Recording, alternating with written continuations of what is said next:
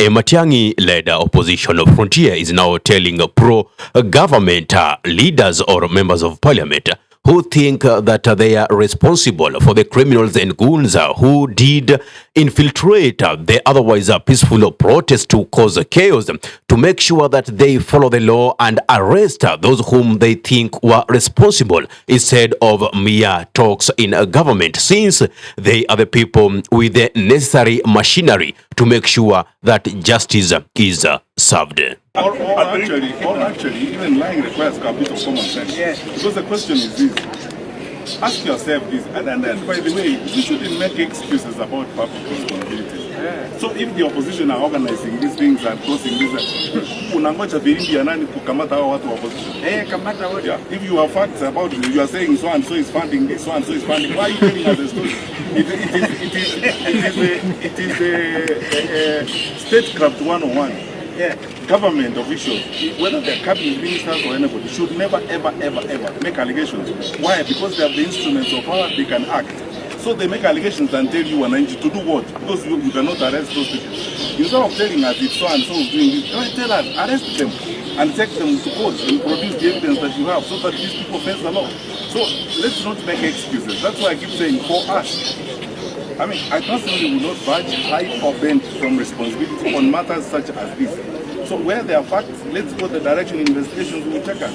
But you can't wake up every morning and say it's John who did this, it's Mary who did this, and you are the one who has powers to arrest that John and Mary. Why can't they arrest them?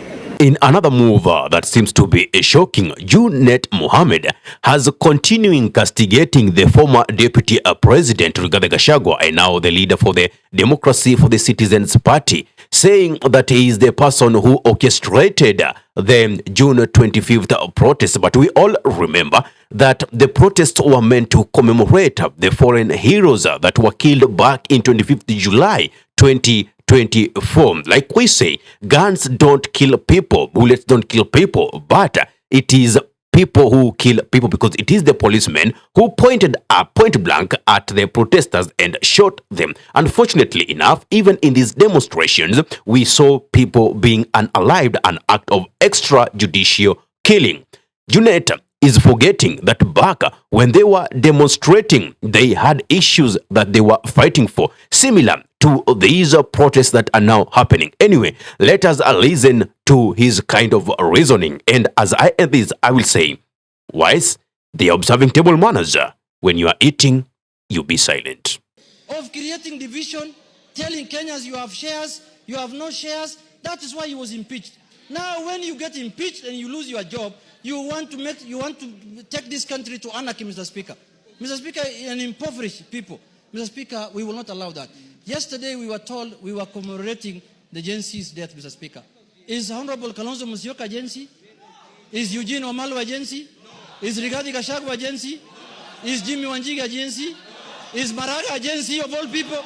What Gen Z was there for us to see yesterday? We saw all the men who are supposed to retire, who are running around here, running for political office, Mr. Speaker. Mr. Speaker, when Baby Pendo was killed in Kisumu, Mr. Speaker, Eugene Wamalwa was a cabinet minister, Mr. Speaker, of the Republic of Kenya. When we passed the draconian laws of the security laws in this house, Mr. Speaker, Justin Muturi was the speaker. When the IG, the independent office of the IG was mutilated in this office, Mr. Speaker, Justin Muturi was the speaker, Mr. Speaker. Now, Justin Muturi now says he wants to be chair of some commission called Justice Commission. That commission must start by investigating Muturi himself, Mr. Speaker, because he's the one who has caused the highest atrocities in this country by occupying the office of the Speaker, Mr. Speaker. And all those are on record, Mr. Speaker. We are not going to keep quiet anymore, because we can see our country. They want to take our country down to the dogs, Mr. Speaker. They want to make Kenya a banana republic. Give him a minute. If you want to remove William Ruto as the President of the Republic of Kenya, wait for 2027. There will be an election on the 10th of August 2027. Mr. Speaker, I want to conclude by saying this. Kenya is a constitutional democracy. Kenya is a constitutional democracy. Let people not hide under the guise of Gen Z to cause anarchy in our country, Mr. Speaker. There is a deliberate attempt in this country to silence all institutions in this country. They want to silence parliament.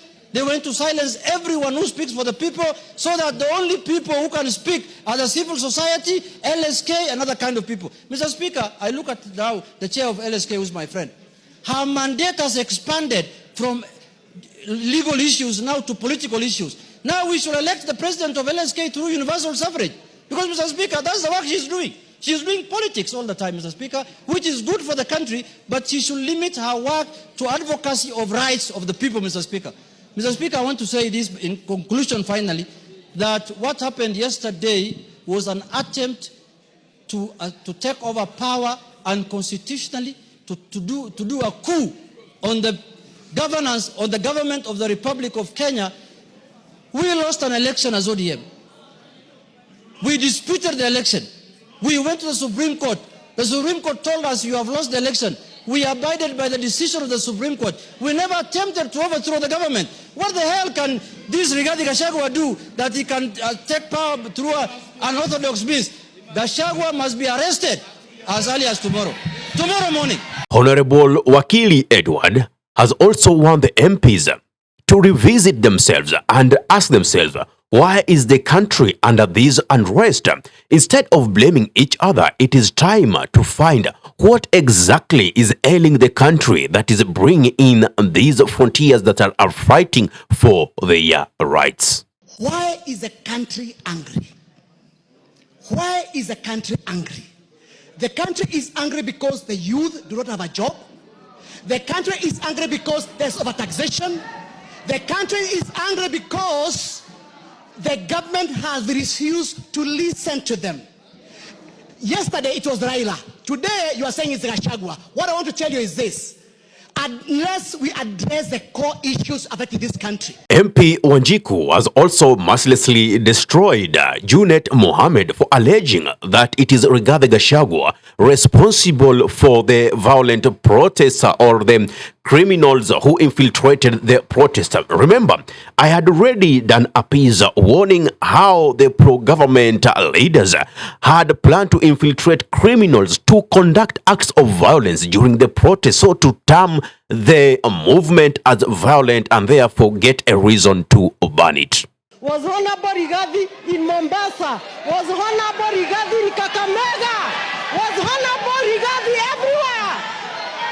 Order. Anyway, what's your take on all of these? Give me your thought in the comment section below. If you love content of this nature, kindly subscribe and press the notification button, so anytime that we are live or we upload content of this nature, you'll be the very first person to be notified. Ahmed Khalif is my name for the Unscripted Talks here in Dub Radio. Assalamu alaikum warahmatullahi wabarakatuh. Kwa timba kali za Afrika, Dub Radio ndio mpango mzima.